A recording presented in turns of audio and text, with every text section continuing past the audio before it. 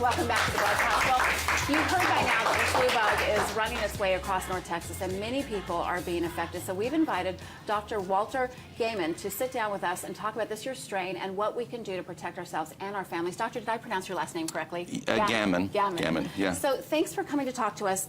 We were just asking you during the break, is it really any different than any other year? And you said absolutely yes. Yes, it's much worse this year. The strain this year is H1N1. It's a type A influenza. Used to be called the swine flu. It's deadly.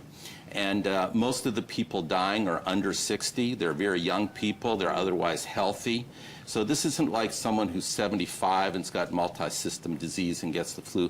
This is different, and this is deadly. I thought we were done with the swine flu.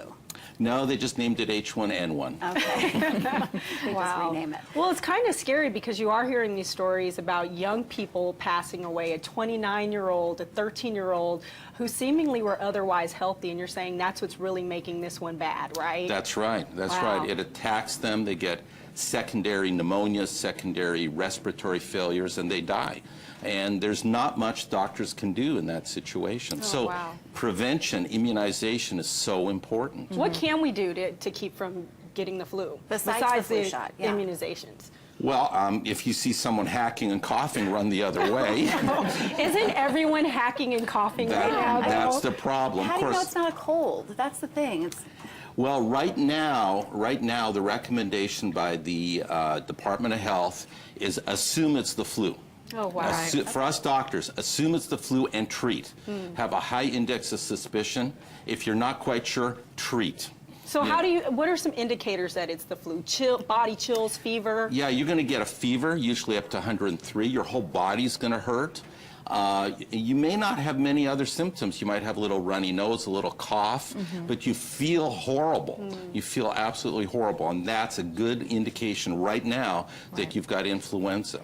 And those people should go to a hospital, to a doctor, start getting treated instead of waiting, right? Do not wait. The doctor who advised you run, don't walk, that was good advice. Do not wait. And you're right, when you get immunized, it takes 2 weeks to get immunity. Right. And you know, that 2-week window, you hear a lot of people say, well, I got the flu shot and I got the flu. No, no, no. You waited till January to get your flu shot. It takes 2 weeks to get immunity. During those 2 weeks, you got exposed to the flu. Well, so it wasn't the shot that made you sick. It's you waited too long. I was wondering yesterday if I waited too long to get my kids vaccinated. Well, it's not too late, but we're in an epidemic. I know, because we're like at the end. Well, we're in the thrust of it right now. Yes. We're going to be coming to the end. Now the stores are starting to run out, and I'm thinking, well, should I just blow it off? You know, because they were giving me all kinds of grief about getting in there and doing it last night. No, I would not blow it off. I would get treated as quickly as possible. Okay. So. And you did say that there is a correlation between the flu and pneumonia, because especially in our older generations, well, Barbara Bush was just in the hospital in Houston with pneumonia. And so there is a connection between pneumonia and the flu? Yeah, pneumonia just means your lungs are infected typically with bacteria. And so typically people get influenza, they get totally weakened, and they get a secondary bacterial infection in their lungs. And that's where they get into big trouble.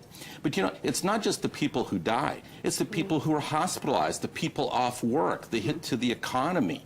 There's other complications of the flu. So this is a big deal, and people should get immunized. Next year, get immunized in September. Sure. You know, do it ahead of time when no one's got the flu. That's the time to get it. I'll tell you this much. I think the last time I got the flu was 15 years ago, and I thought I was going to die. It probably took me 4 weeks before I finally started feeling normal again. Yeah. So I've gotten a shot ever since because I don't ever want to experience that again. That was me last year. I had it really bad, and a cough that lingered for about 6 weeks. I was very, very sick. One question.